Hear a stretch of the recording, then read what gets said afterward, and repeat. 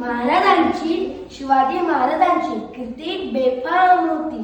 महाराजांची कीर्ती बेफाम, भल्या भल्यांना कुठला घाम, याला कोण घालिले सण, दरबार कुस्ती बेगम.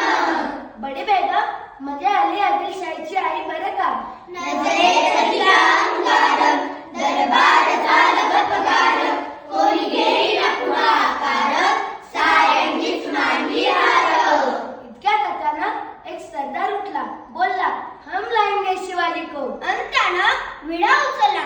नाव त्याचं अफजल खान, नाव त्याचं अफजल खान, जिथं जगता जणू शैतान.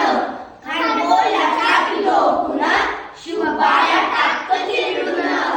कौतिक झाले दरबाराचे. खान निघाला मोठ्या गुरमीत.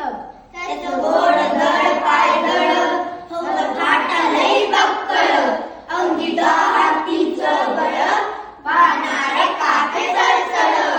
वाटेत भेटेल त्याला चिडीत ठेचीत खाण्याची सेना निघाली. गाव लुटली, देवळं उद्ध्वस्त केली, आया बहिणींची आबरू लुटली. कोण कोण रोखणार हे वादळ? आता शिवबाचं काय खरं नाही. इकडे निजाम, तिकडे मोगल, अलीकडे इंग्रज, जो तो हेच बोलू लागला.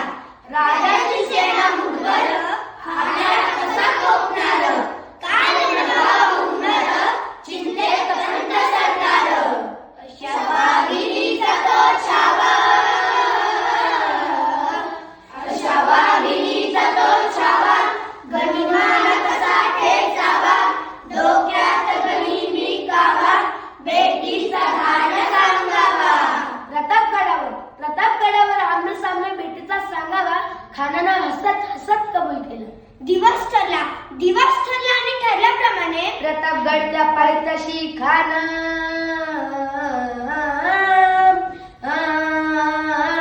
प्रतापगडच्या पायथ्याशी खान हे प्रतापगडच्या पायथ्याशी खान प्रतापगडच्या पायथ्याशी खान आला बेगुमान नाही त्याला जाण. शिवाजी राजाच्या करमतीची, शिवाजी राजाच्या करमतीची, आणि तसं नाही जाणीव शक्तीची, आणि तसं नाही जाणीव शक्तीची, आणि काय कल्पना युक्तीची रतीची, आणि काय कल्पना